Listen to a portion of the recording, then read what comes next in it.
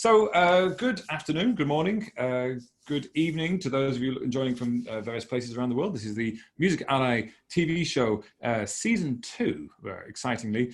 Well, this week, after a short summer break, we've come back with a workshop after the success of the last one, which was with Spotify, and we're looking at this week at sort of multifaceted marketing campaigns and how we can move marketing into a sort of more central role and build around it a campaign that sort of works in all the different areas that people are looking at in marketing today for artist campaigns. Now, while we're waiting for a few more people to arrive, because it always takes a few minutes, let's perhaps go around the panel and introduce them.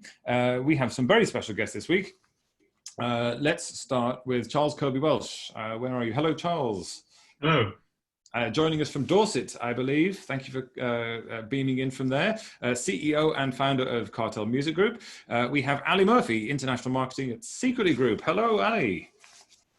Ali is over in Amsterdam, thus keeping the quotient of one member of the panel always being on mainland Europe at a solid 1. So thanks for that, Ali. And as of course, we always have regular guests. Heimdal, Market Development Coordinator for Europe and the UK at CD Baby. Hello, Hen. Hi, I've missed you. I've missed you too, Hen. It's a pleasure. Wonderful to see you. As always, Hen's in a slightly different part of London. And as ever, last but by no means least, not being able to make his grand entrance this week because he'll be walking in from where I am right now, Patrick Ross, SVP of Digital Strategy at Music Ally. Hello, Patrick. Hey, Joe. Thanks for coming to the boat today. The pleasure is all mine, and I mean that in a very literal sense. And of course, we also have in the background another of Music Ally's staff, Krish Patel, who is going to be sort of filtering through any of the chat or the Q&A. So when we have the workshop starting in a few minutes, there is a Q&A button. You can hit that, and you can ask anything in relation to the topic, and we'll get through as many of those questions as possible during the show and at any point as well. So don't feel like you have to wait to the end. If something catches your ear at any time, we can get on with it. So some people are still arriving, but let's go over what we're going to talk about. Now, marketing has always been an utterly essential part of the music business, but at this time, in a time of no gigs and touring, is there a possibility that modern music marketing can move into a sort of unifying position and all of the areas of the music business start to move in a beautiful unity all around a common marketing strategy and plan? Well, coherence and synergy are the goals for so many people these days. There are so many platforms, there's so many services, and there's so many places to connect with fans and businesses and everything that is needed to make a artist campaign work. So where do you start? By its very nature, it's incredibly complicated to do, and yet it's the ambition. So what we're going to talk about in this workshop is how we can actually get there, whether you are an emerging artist doing everything yourself and furiously treading water, whether you're a manager working with that artist, indie label, all the way up to the grand fromage at the top of the tree. So we've got all our guests here. Patrick, this is the point where I would ask you to explain, for those of you who are not familiar with Music Ally, what Music Ally is and does and why. Thank you very much, Joe. Well, Music Ally is a knowledge company, first and foremost. Hopefully most of you all that are tuning in today get our daily bulletin and are keeping up with all the latest industry news. A whole lot on Trump and TikTok right now, of course. We also do events, which is the thing I wanted to mention today. We've just announced our Sandbox Summit Global. Much like the rest of the world, we've had to take our events online. That's going to be taking place on the 21st to the 25th of September, 5 days, completely free to join. Sandbox Summit Global. You can find out more details. We'll pop it into the chat as well. But please come down if you enjoy this show. You'll love Sandbox Summit Global. Thanks, Joe. Fantastic. Yeah, thanks, Patrick. And we'll give you some email addresses for everybody at the end of the show, ways to get in touch. And you can take part in that as well. There's some links being shared, thank you, Kush, in the chat of how to engage with Sandbox Summit Global. You can click straight through and find out immediately. And before we get on with the rest of the show, we have, you will have seen this week, brand new emails going out, shiny new emails going out about Music Ally TV. If you haven't signed up, we'll share the link in the chat now as well, but you will get more information and better before the shows, but not more emails. That's the good thing. Okay, so Charles, I'm going to jump to you first. We'll move on to the workshop now. So don't forget, folks out there, this is really focused on making actionable forward steps. So we're hoping the workshop is going to be really giving you tools and ideas to move forward. Now, Charles, the kernel of the idea for this workshop came from an article that you wrote for Music Week, maybe about a month ago, just before we went on our summer holiday. We all went together, of course, here at Music Ally. We're one big happy family. You were talking about, so the quote that caught my eye was, you said, marketing may well begin to take this leading position, empowering the evolution of the industry away from its siloed state towards a holistic business revolving around artist development. Now, of course, marketing has always been an entirely fundamental part of the music business. But when we talk about artist development and start to, as you say, you start to silo things out. The link to this article, by the way, is being shared in the chat now if you want to read it while we're talking. What is it in a nutshell? I hate to ask you to condense a well thought out article into a soundbite, but what were you getting at with that?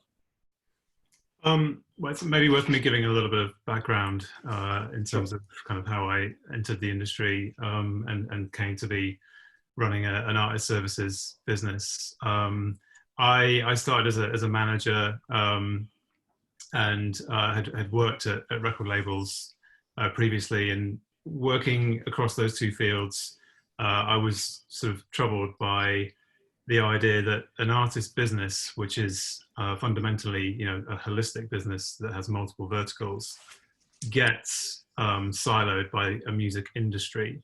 When you go back to the artist, they just have one business where money comes into one bank account, assumably that they live from and make a living from. So this idea kind of troubled me, and I didn't grow up around the music industry, so I had no preconceived notions of how it should or shouldn't work, but it didn't seem to work in the right way to me. And that's kind of driven me to where I am in the industry today, in an artist services business, which principally is focused around the recorded music element of artist businesses. So we sit in the, traditionally the label space and the distribution space, but increasingly as the DIY environment for artists around recorded music has exploded off the back of digital.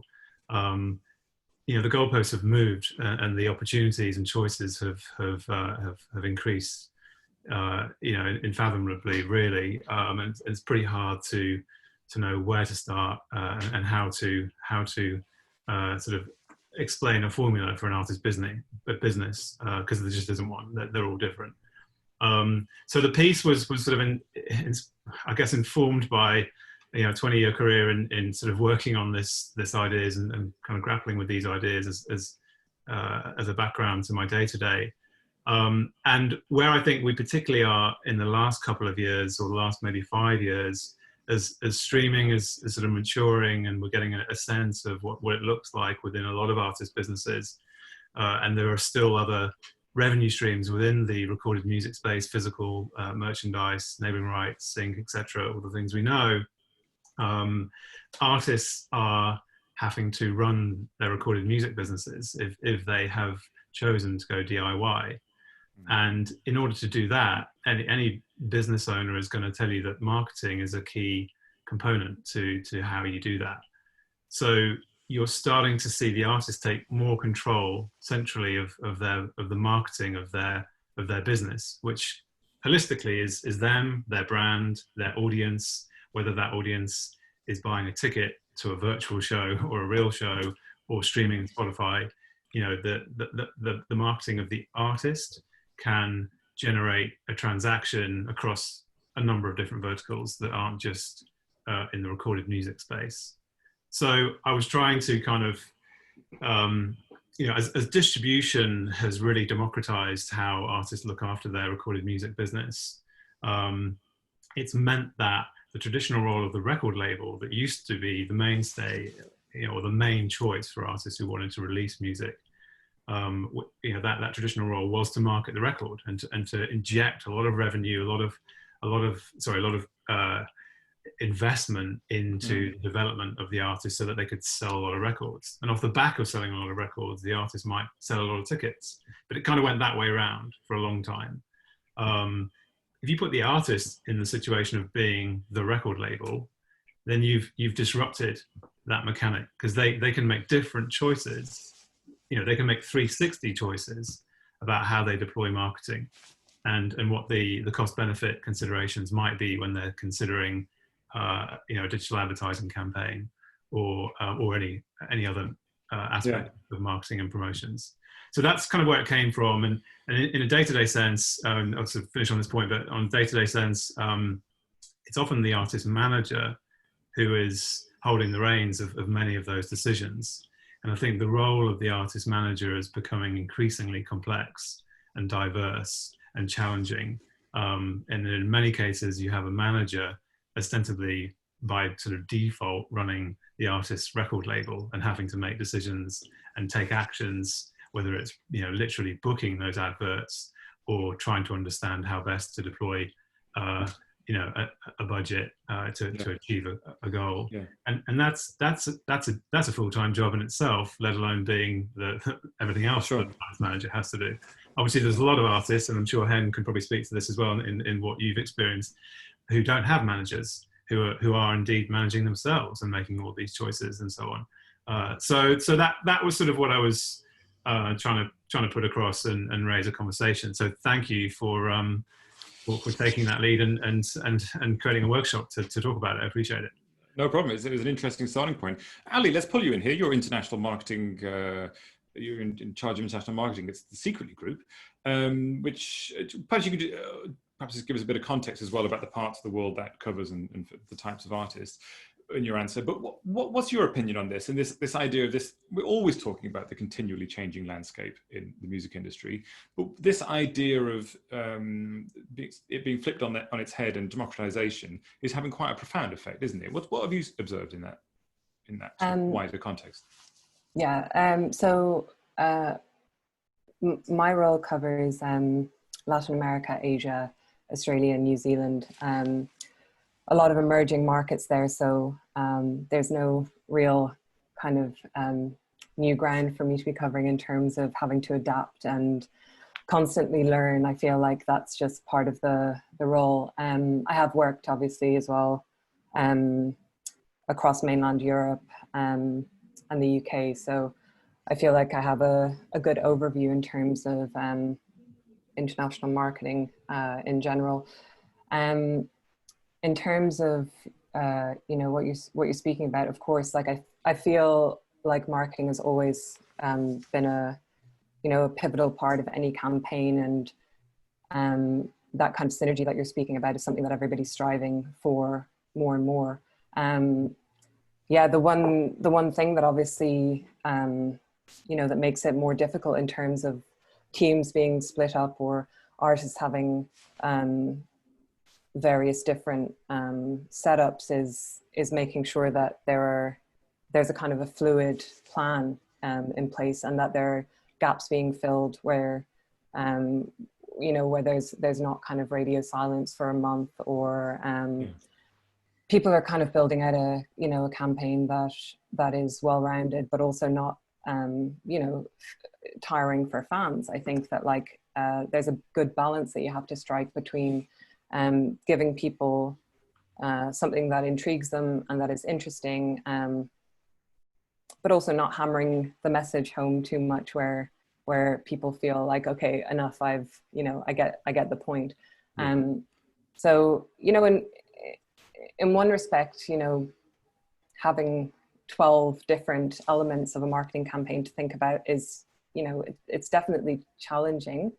But it also allows us to reach various people in different ways. There's not the same audience on Facebook as there is on Twitch. There's not the same audience on, tuning into an Instagram live, or, dialing into an enhanced album on a DSP. So I feel like in that way, we've got a really nice kind of thing to work with, which is multiple touch points, multiple entry points for fans, and artists being able to really put their creativity in a myriad of different platforms. And that doesn't, necessarily even have to be strictly music. Like, I think that's, that's an upside of it. So the environment at the moment is that an artist can actually be freed because they can do everything that they want in the way that is exactly innately them on the platform and the channel to connect with the people that will connect with them the best. Yeah, I think that's a really positive way to look at it. Of course, yes, there has to be a willingness for an artist to kind of, you know, to put that much time into something. Yeah. Well, that was what I was going to move on to, and perhaps what we're going to discuss in general in this session. And I'll come to you to kick this part off, Hen, and thank you, Ali.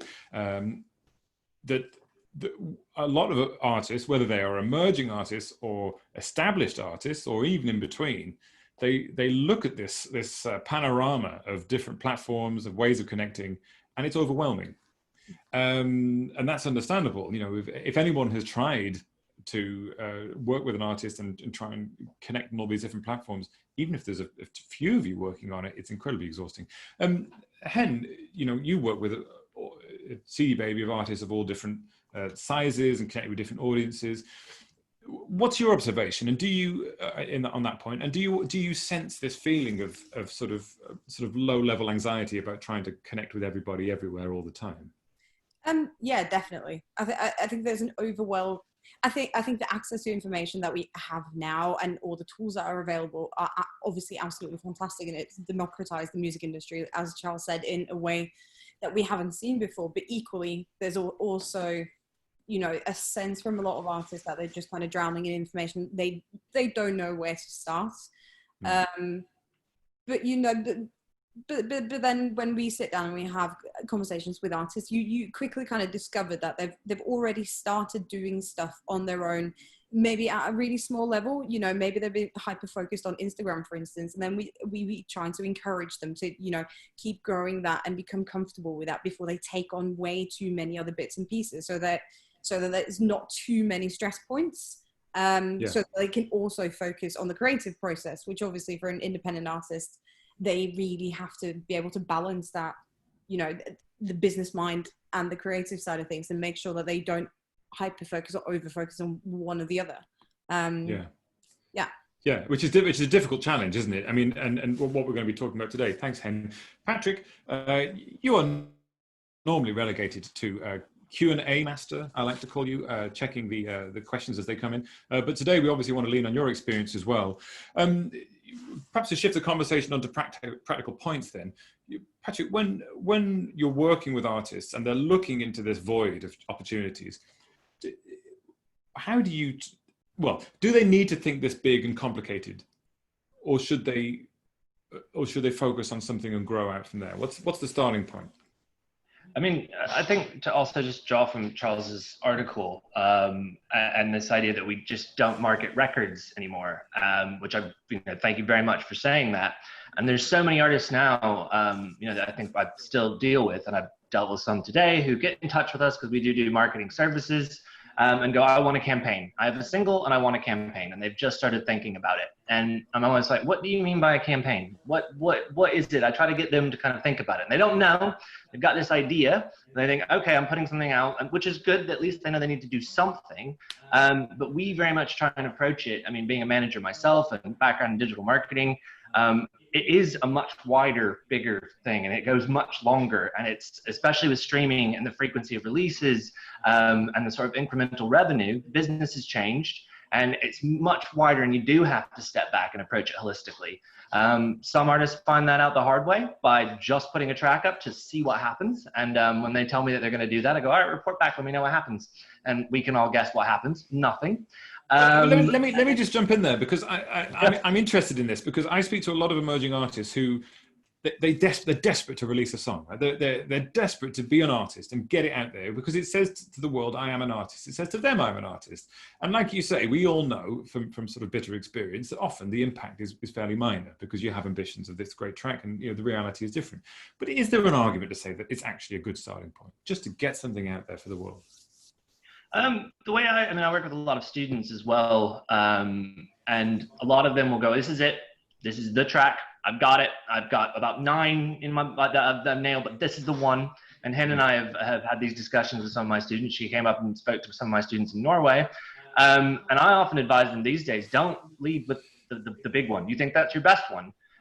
because that's going to be your setup single. If you don't have a profile, you've not got all the profiles, you don't have a Spotify for artists yet, you go in strong. Who are you marketing it to? What are you doing? And they don't quite think about it. So I often actually suggest that you hold that one back till maybe track 3, so that they actually, build up ahead of steam. You're going to learn a lot, as I tell them. Just don't get yourself down. Learn from each release. Move on to the next one. Move on to the next one. But by the time you've got 3, then let's talk about marketing. Let's talk about putting some spend, because there's no spend I'm going to put in around one single that is ever going to recoup.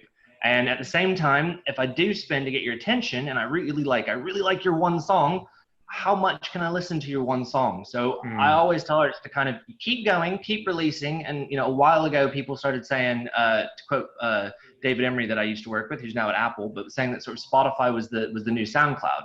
Is it used to be if you put stuff on SoundCloud, it was just kind of testing the water. But actually, with the amount of releases and the frequency, you can actually just push stuff out there. You can keep going. And it's much more about building a catalog, for lack of a better word, to actually get people to understand who you are and have a listening experience. Because at the end of the day, no one is going to completely fall in love with you or even be able to with just one song. Patrick, let's go back around to you. I mean, we're sort of shifting on now to talking about how people can make practical steps, but it's about decision making, isn't it? And artists of any caliber and level, maybe you can pull on some of the experience of the artists that you work with and the labels and the various people you work with. How do you get to that point where you say, okay, I get it. Realistically, I can't put a song out and say, okay, that's going to be a success. But I also can't put a song out and say, well, I'm going to release another one and then another one, and then I'll be a success. It's this long, coherent idea of joining up your marketing and your communication and your songs and your performance and your musicianship and thoughts and those things.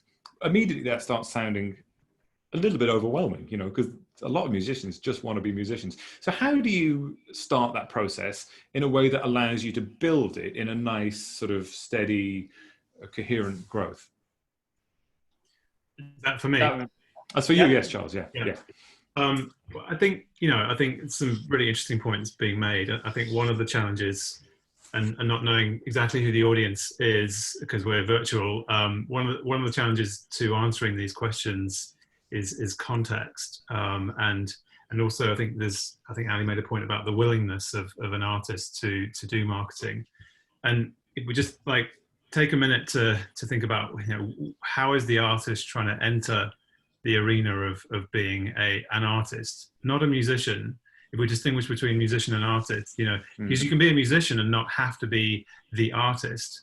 Being an artist suggests that you are putting yourself out there as a creative brand that people can buy into and become a fan of, buy products of, follow, engage with. And if you want to make that into a career, you're making a business. And so when you're making those choices about, should I release this song? Should I release, should I release my best song first and make a strong impression, the best impression I possibly can? Or should I build and learn and research and get to a place where I'm in a better position to release that song, which I feel is so good? And the bad news is there is not a right answer to that question. But people must ask you that, right? So what is your answer? Well, I'm going to ask you this next, Ali, as well. So have an answer ready for that. I mean, I said to a colleague recently, don't kind of hang yourself on being definitive in giving advice that is, it's explicitly one thing, because it won't be right for the next person. And so to provide an artist service, there's two types of artist services out in the marketplace at the moment. There's platform services, which are non-human generally. They're backed up by humans, but you don't have a human day-to-day. And there are services which are fully human, where you can have a discourse and discuss these nuances that do exist. The latter is generally more expensive and more difficult to find. The former, the platform, is DistroKid, is CD Baby to some extent, I guess. You have a range of services, TuneCore, et cetera. We're a closed loop service provider, so we have to be quite picky about what we work on, because we only have a limited amount of humans to work on stuff. But the point being that you have to look at each case individually, and there's definitely cases where we've said, let's go with the strong track first. Let's make a statement. Normally in those cases, the artist has established themselves characteristically in some way online. They've been able to, historically they would have been gigging, they would have built up a fan base, and then they would have released the first single. That would have been kind of the old-fashioned way of doing it, but pre-digital. Can you give a sort of modern equivalent of that? Well, the modern equivalent is probably social media and audience, and you can do a lot, kind of, I guess, the SoundCloud kind of reference point by putting music out in a sort of quasi non-commercial sense. So putting up, we worked with an artist in New Zealand recently who did covers on YouTube and built up a following there. And eventually Billie Eilish actually retweeted one of her covers, and then she launched her first single and it became successful. That was fortunate. She found a lane that she could identify herself with other similar artists, and she was of a similar age, a similar style, and she felt an affinity with Billie ultimately, but she wasn't aiming for that. It just happened, fortunately for her. But I think you have to do your research.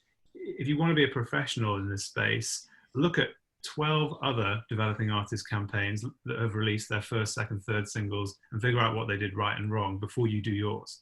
And then look at your heroes and who you'd aspire to be, and try and understand, how did they get there? What was it that they did that created that spark? Can I do the same? Great. Thanks, Charles. Good piece of advice there about looking and learning, and it's something that's easy to overlook. Ali, again, we've got this. We have this sort of tricky question of saying, right, okay, what's the right answer for me? And as Charles said there, it's a bit about education and understanding. As an individual who may be watching at any level, because this doesn't just apply to emerging artists, of course, this applies to any artist. It could be wanting to re-release catalogue or push people towards catalogue from the past, or they're looking to rejuvenate their career because they should have been touring. How do you sort of put your finger on exactly, again, we're talking about maintain that balance between communication with an audience, which could happen anyway, and music and connecting that way. How do you advise that people start? I mean, and you're dealing with lots of different places in the world and different audiences. Yeah, and I guess as well, different artists at different levels and stages in their career. I think the one universal piece of advice that I would give that applies to any level would be to be responsive. I think that at the moment where, we have data at our fingertips, and of course, that set of data provides its own set of, challenges in terms of how you interpret it and being across everything and all of those things. But, from unmanaged artist to manager to independent label to major to distribution services, we all have access to numbers and how things are going in relative real time. And that's an amazing resource and tool.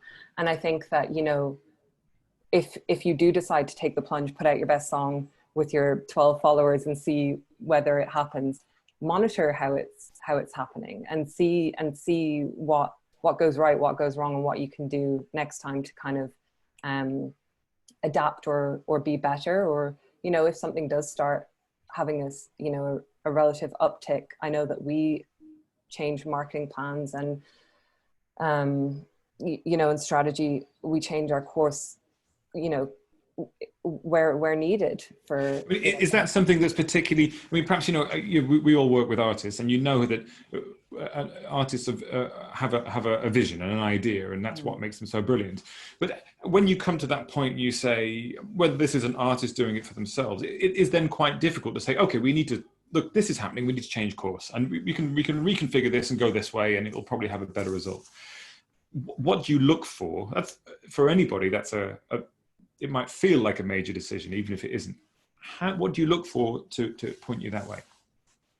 In terms of the kind of data and upticks, like what are the signs? Yeah.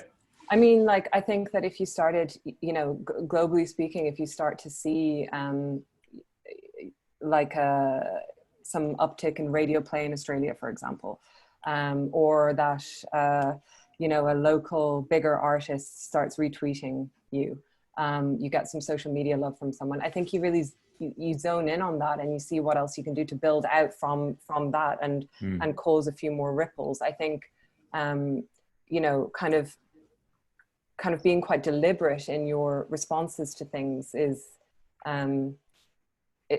is kind of relatively smart across the board. I think that if you're seeing, you know, if you do start to see success with a particular song, why not, like, you don't have to immediately put out another one. You can really dial back in on that, do, you know, make an edit of it, get someone to collaborate with you and put another verse on it, get someone to remix it, you know, like there's a lot of different ways that you can kind of put some more juice into something and kind of see more coming out of that. Yeah, great. Thanks, Ali. Hen, you know, again, you're sort of part of that process of seeing the songs go out into the world and seeing the data or seeing the feedback and dealing with the artists. What are the, first of all, in terms of that idea of saying, you know, okay, we're focusing down on this one area, could be a single release, could be a campaign or something, and then saying, okay, we need to change now, we need to change course. Do you ever have issues with finding willingness to do that? Or do you think that artists are becoming a lot more flexible in terms of how they're looking to move forwards? And, you know, any other examples you might have? Yeah, I think artists are definitely becoming more. Some artists are becoming more flexible. Some are not. I mean, they're individuals. But I like to sit down and have conversations with artists where it's not necessarily. Even though I work in the distribution space, and our job effectively is to get a track from point A onto the services and make it available for the world to hear. But even though that's kind of the core of our business, I also sit down with our artists and I talk to them about, let's not necessarily hyper focus on just like. It's not just about singles or albums or sticking to this release cycle. You're in a really privileged position where you're running your own business and you have the ability to make this more about you as an individual and building you an artist career rather than just focusing on getting these products out, seeing the peaks going down, doing the same thing again. Is that difficult? Is that a difficult concept for them to grasp? Yes. Sometimes. Yeah. It can be. For some, it becomes. For some, I think it's much more natural if they already see themselves in that space. And I think, you know, artists that are very kind of visual focused find it really or easier to jump on board with that idea. But you know, some don't. And we very much, just building on what Charles was saying before, we very much sit in that space. That's kind of, yes, we have the human element in that we have physical offices and people that deal with our priority artists on a day-to-day basis. We help them much more kind of hands-on experience for them.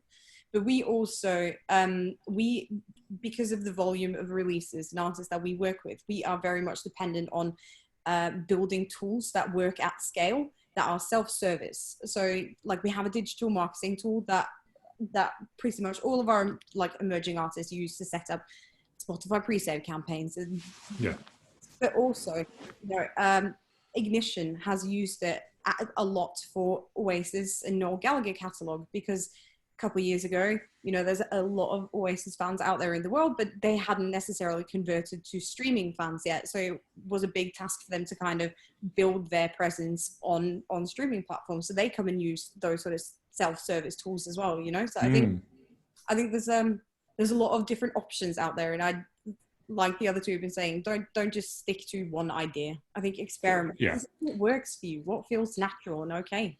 Yeah. So perhaps the very first stage is acceptance, that when your idea of your artistry and your persona or the career, if you like, has to be naturally following the path of least resistance to people, and that's a sort of first step before you make these decisions. It will then make those decisions easier. Thanks, Hen. Patrick, question master. Don't forget, folks, if you have a question about this, we've got a very experienced panel here.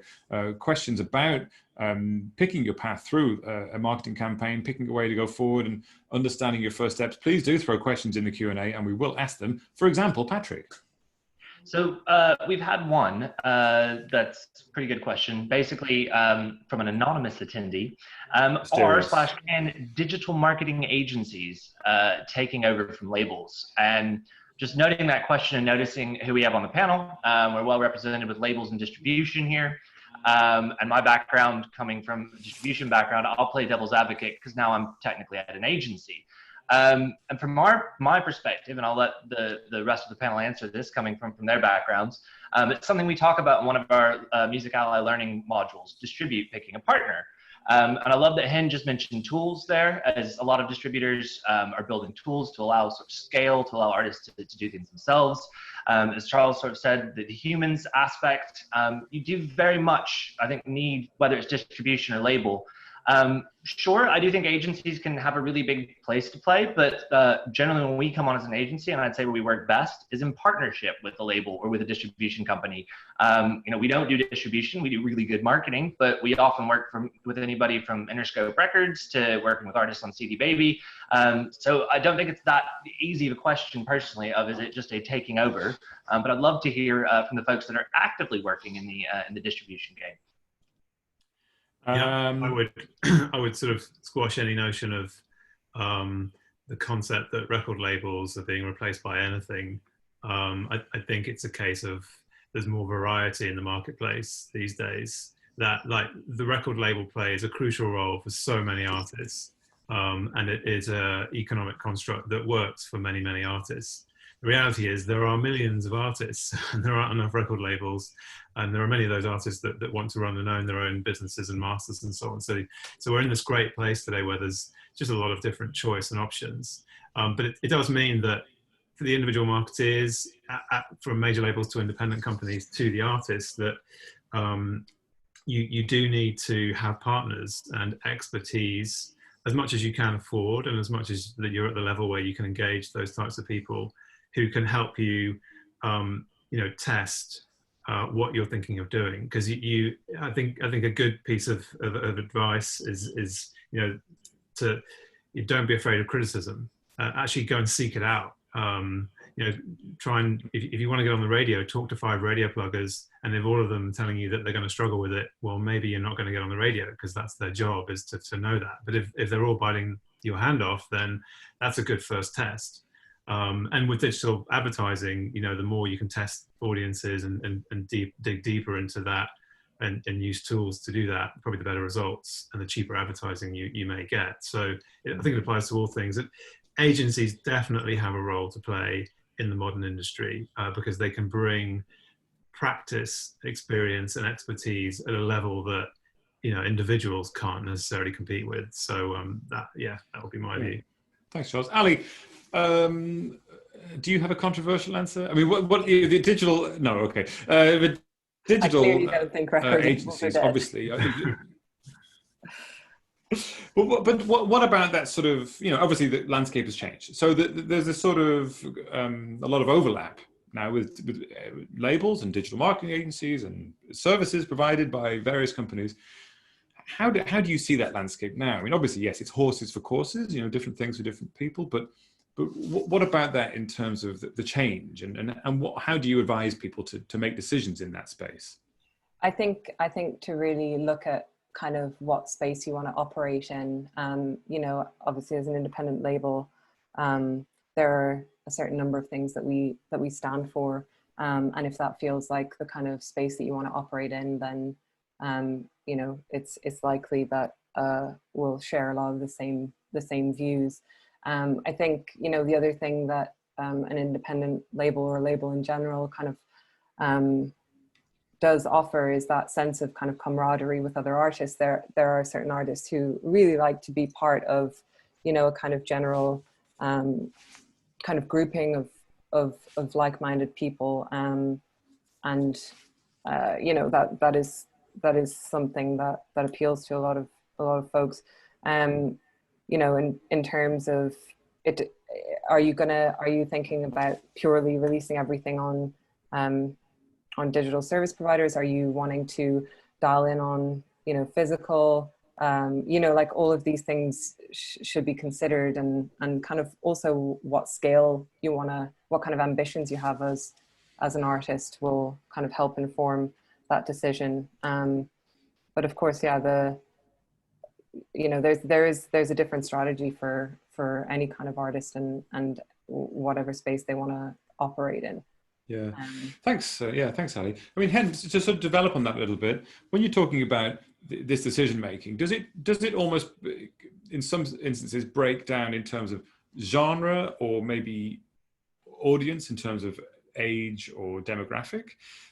when you're picking these different partners to work with? You know, I mean, this is very, you know, simple, but definitely, I think there's services or there's platforms or whatever you're talking about that are specialized within different genres, right? Is it a Nuclear Blast has just opened up a distribution service that specializes in metal music, you know, and they have obviously a really good grasp of everything to do within that scene. And I definitely think there's a space for that. I think it's interesting how it feels a little bit like the world is evolving towards specialized areas. And I definitely think there's a place in the world for labels because they're tastemakers and they're curators. And also they invest in artists, which is difficult. It's difficult to launch a career without any form of an investment. As Patrick knows, working with a DIY artist, going to a digital marketing agency can start costing a whole lot of money very quickly without any sort of guarantees, you know. So I think building on what the other guy said, like having an understanding of the marketplace or the sort of area that you want to tap into and who the leaders are within that space, and then just, you know, you have to try and reach out and see where you get to. Great, thanks. Patrick, we have had a flood of questions during that, so obviously you've all been saying fascinating things. Where do we start, Patrick? Sure. Yeah, we've had a few good questions come in here. Some asking a bit about sort of self-service tools, which I'll let you plug some more of those. But yeah, another one sort of around marketing tools that artists use, and someone sort of was mentioning TikTok and playlist pitching, which are obviously very buzzworthy right now.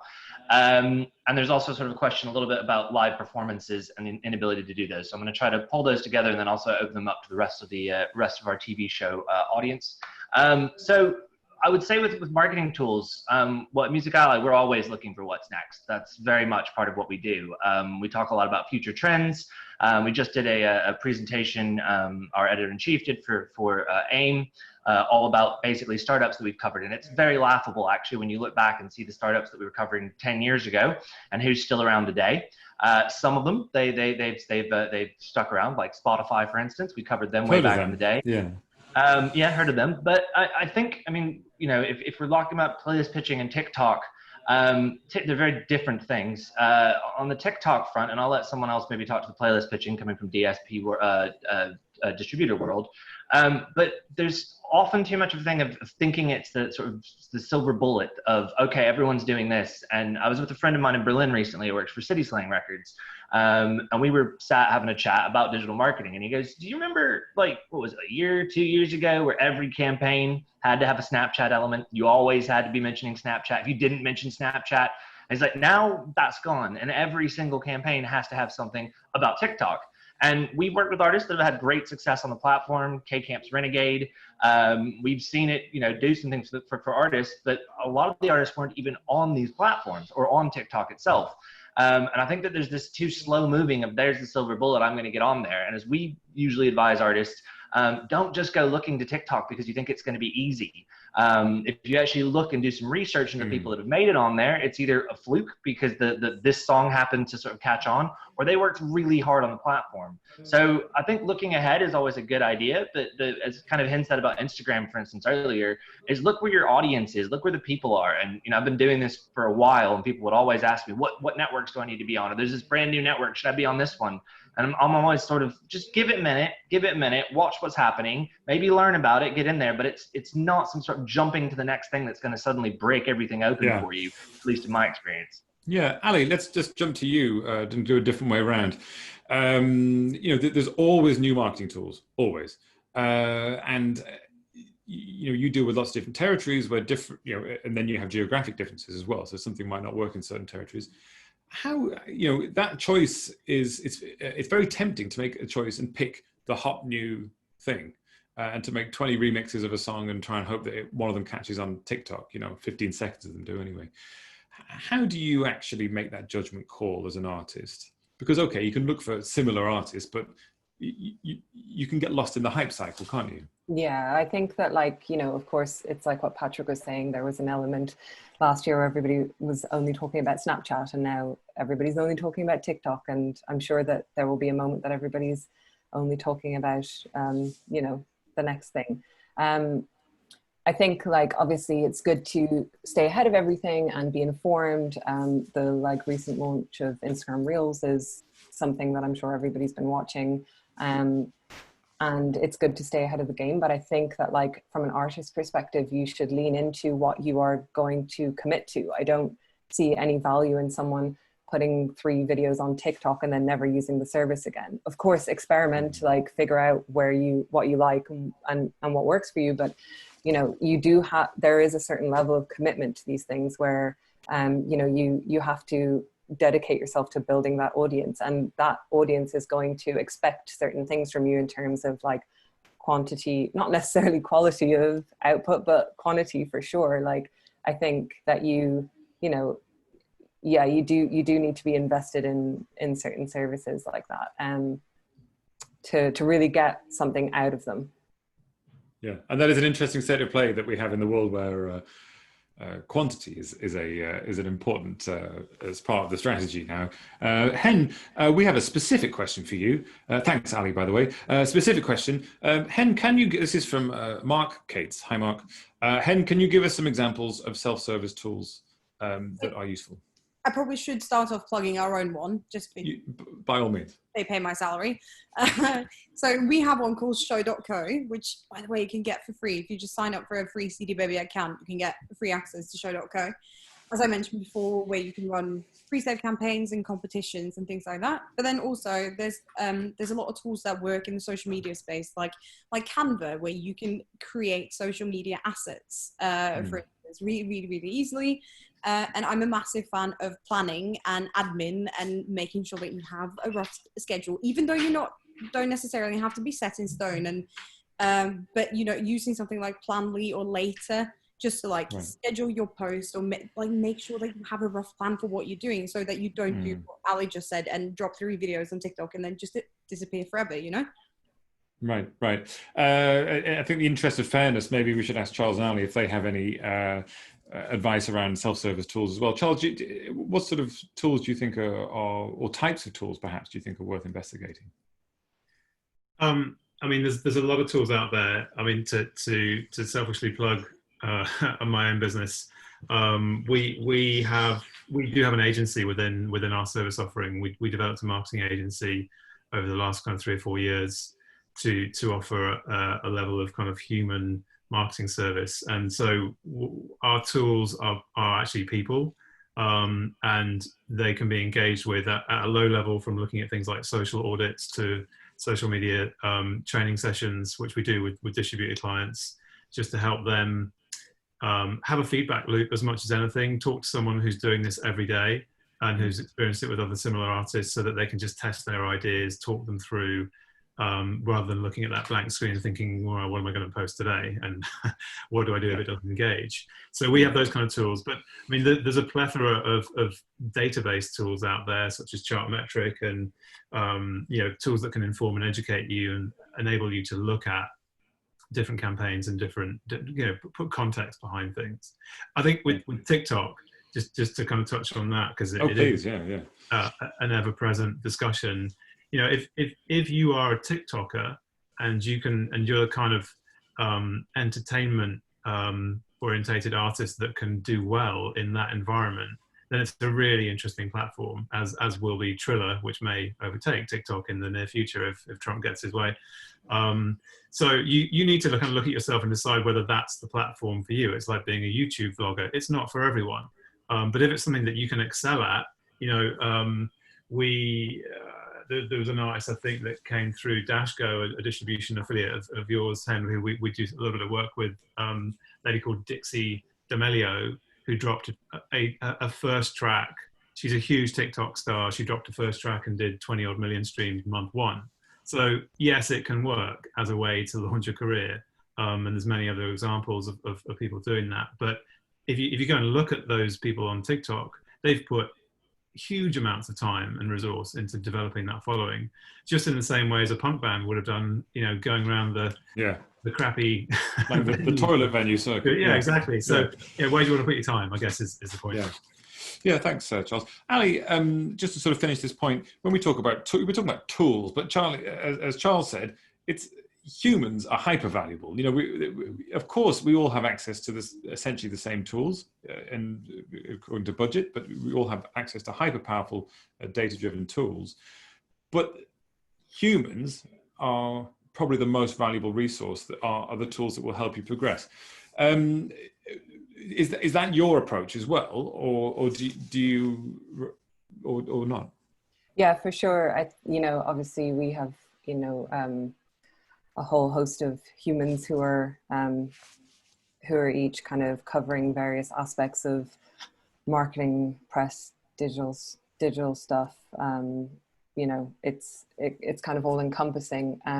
I think, like, you know, one of the benefits to having like that kind of plugged in team around you is to, yeah, really to go back to the, you know, the main point of this, like to really go back to creating a cohesive marketing plan that's relevant and adapted to our current times, and to have, you know, a few different people having their fingers on the pulse of what's going on in terms of your music being out there, and then, you know, reacting where relevant. You know, I can't plug external services that we have available, but I'll give a couple of examples just to you know, to kind of shed light on what we're doing. Like one of the labels under Secretly Group, Dead Oceans, recently signed Bright Eyes, who have obviously been away for a number of years. The band were supposed to kick off you know, a world tour across 2020. Hasn't happened, we all know why. Instead, the band are going to give a virtual in-store performance on the week of release. And, you know, we wanted to make that available worldwide for fans, but we've had to adapt that per territory, depending on, you know, the kind of state of the market in places. Latin America, for example, the physical market isn't really up to much there. So we've created a pre-save competition to get access to that. In Japan, kind of the notion of pre-orders doesn't really resonate in the same way that it would in somewhere like the US. So we're gonna, for the first week, we're gonna give fans who purchase the special Japanese edition access to the in-store. So it's just kind of having like folks looking at all aspects of what you can do when you can't tour, or, you know, how to reach fans in various places. Yeah. Thanks, Ali. Patrick, we're running out of time, so I've noticed we've got a whole bunch of great questions. I wonder if perhaps we can. There's one I've noticed which is very specific, and I think a nice specific question might be a good way to finish. Kristen's question. Yeah. About budgets. Yes, and splitting the budget on yes. In so I mean, I just wanted to finish on one point. Thank you for Ali for sort of pointing to it, but this definitely on the live side, we are definitely having a challenge here of realizing how much actually our marketing fed into actually having artists live, as someone's asked, and it is a big challenge, which is why you've got to do more things digitally, and especially this in COVID space. But within the budgets side, I'd love just people to answer on this, of where you see actually putting budgets on an integrated mix, as we'll say, around a marketing campaign. And is there anything that you would say that essentially excites you more than others in a marketing mix right now, things that you've maybe been focusing on more than usual? I guess this can be a percentage split of the budget mix as opposed to exact numbers. Charles, let's start with you. You kicked off this conversation. Let's put you on the spot for this one. How would you split your marketing mix? Well, I think, you know, looking at a budget and probably a spreadsheet is what excites me most. Into budgets, being able to see, you know, where you're allocating costs, and that those costs are going to relate back to where you want to see a return. So if you want to see a return on streaming, then how do you affect streaming? So that could be, and things that are working particularly well at the moment, I think, for a lot of our clients and for our marketing team, is driving followers and helping to affect the algorithm, building that audience on those platforms. In the DSPs, you mean? Within the DSP, streaming. yeah. So having direct correlation between where you're spending your marketing dollars on a social platform or a digital platform, and that being directly attributable as much as it can be, and you can see cause and effect here quite clearly with the data we have these days. So focusing on that and testing results, I think that's a really tangible action when we're talking about a track-based, streaming-based, playlist, driven type of economy around recorded music. That's a lot of our day-to-day is looking at this kind of stuff at relative scale. You can spend a small amount and have a small impact. It really depends on your budget and your size and what you're looking to achieve. Yeah. Thanks, Charles. So Ali, I mean, obviously it's you deal with on an international basis, and so different spend has a different impact in different areas. So maybe this is a complicated question for you, but what about that mix in terms of budget allocation, or maybe in terms of how do you decide where to prioritize first? I think, in current circumstances and where we are right now, we're all looking at a very heavy digital budget. I think that's just the smartest place to put money right now. Everybody is really plugged in online and, in various ways. And like Charles said, I think you just need to look at what you want to get out of it. Is it reach? Is it, is it selling records? Is it just followers? Name recognition? Like, what do you hope to see at the end of a campaign? Identify those goals and then split your budget accordingly. Yeah, which is great advice. And as a very to drill into that little bit there, how do you, if someone's not familiar with maybe making that decision, they say, well, I want reach and I want followers and I want streams, everyone wants that. How do you prioritize that?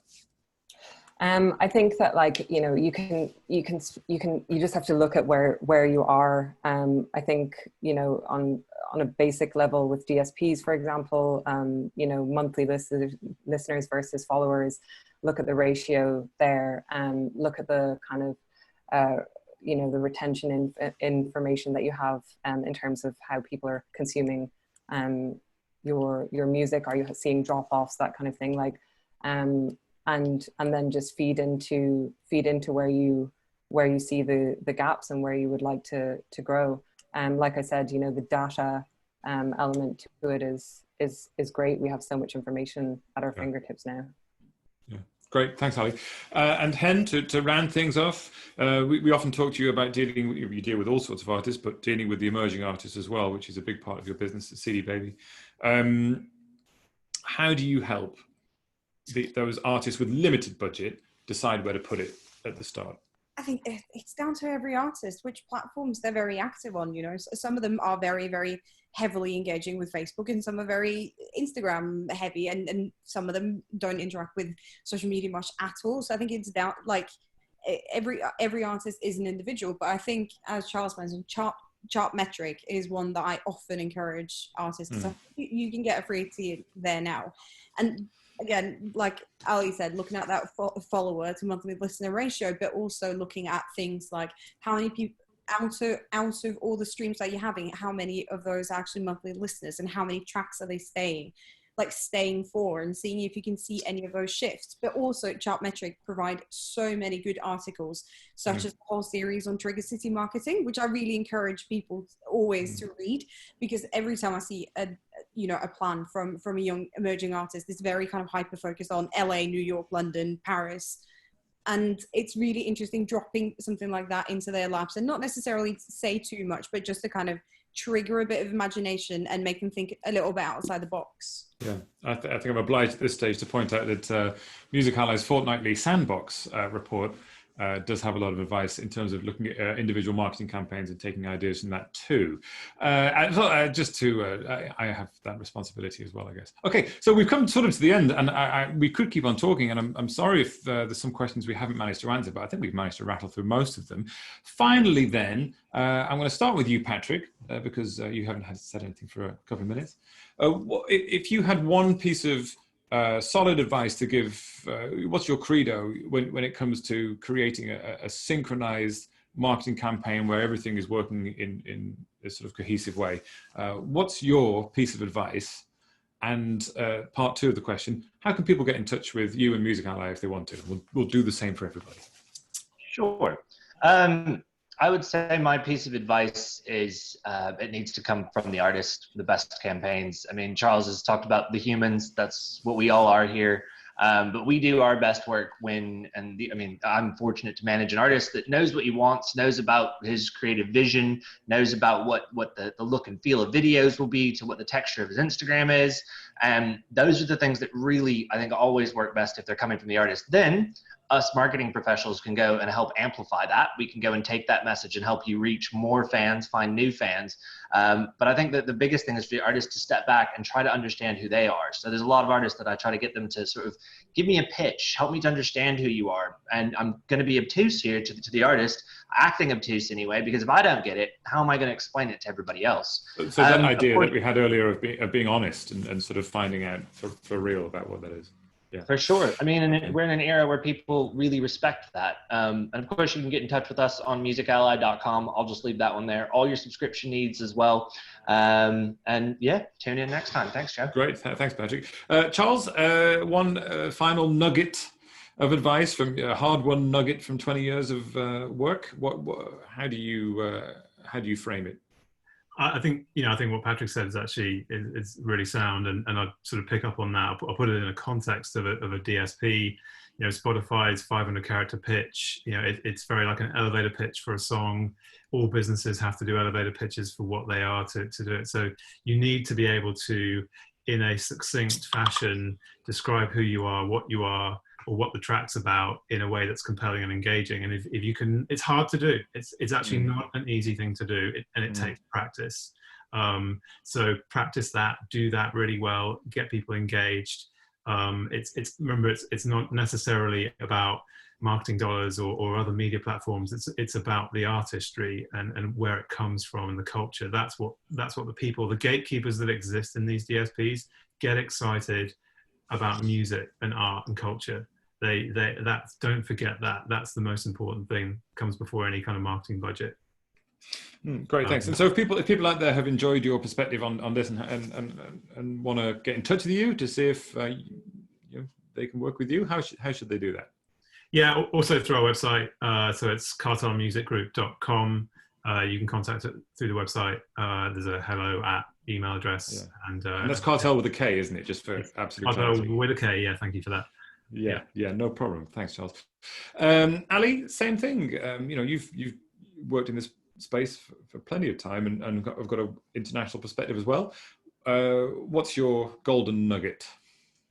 I think, like you can't go wrong with everything being artist driven. And my only other thing would be to keep it simple. I think, nothing should be hard to understand. You should be able to absorb whatever your message is quite easily. It should be translatable. And if you can maintain that across your marketing plan as well, I think that's really invaluable. Just make it digestible. Yeah. And if people are hankering to work with you and the team, how do they get in touch? I can drop a link into the chat. Great. But yeah, secretlygroup.com is the umbrella site where you can see all the labels that are housed underneath that moniker. Yeah, get in touch with a human. Thanks, Ali. And last but by, of course, no means least, Hen, please, your nugget. I would say maybe very specifically kind of for independent artists and self-releasing artists, but I would strongly encourage them to get organized and get used to communicating your plans at an early stage of your career, because your music industry partners have no idea what you're up to and what you're doing unless you are able to tell us and tell us long enough in advance that we can see how we can support you.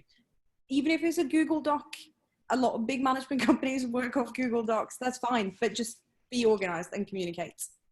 Yeah, as ever, it's interesting how important communication is and how hard it actually is when you get down to nitty gritty, isn't it?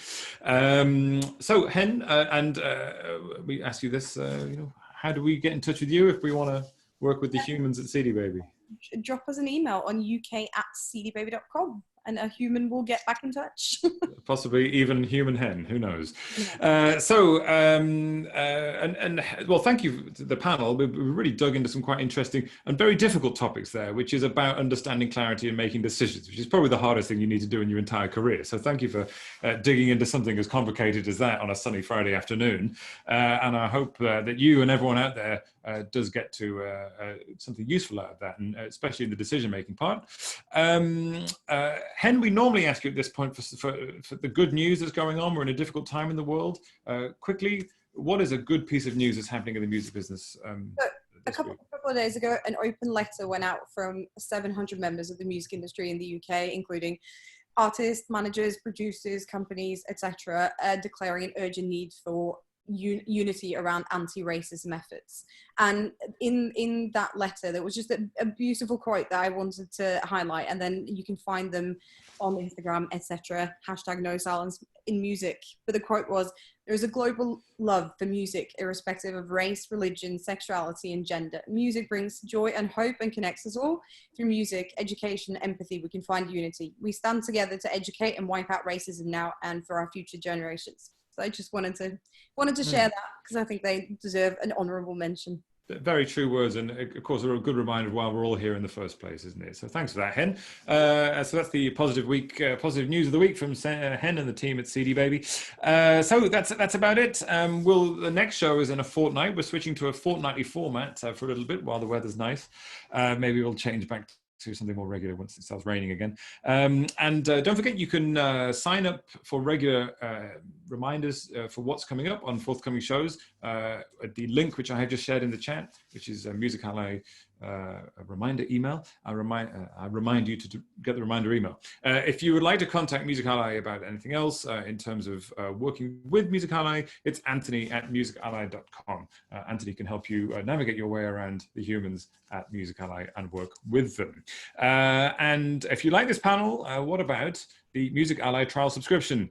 You can get the daily breakdown analysis of all the breaking news from editor Stuart Dredge in your inbox every morning. Get a trial subscription at musically.com/subscribe. And if you want to watch, this is very dense chat with lots of information. If you want to catch up with this afterwards, it'll be on YouTube as soon as we can get it uploaded and edited.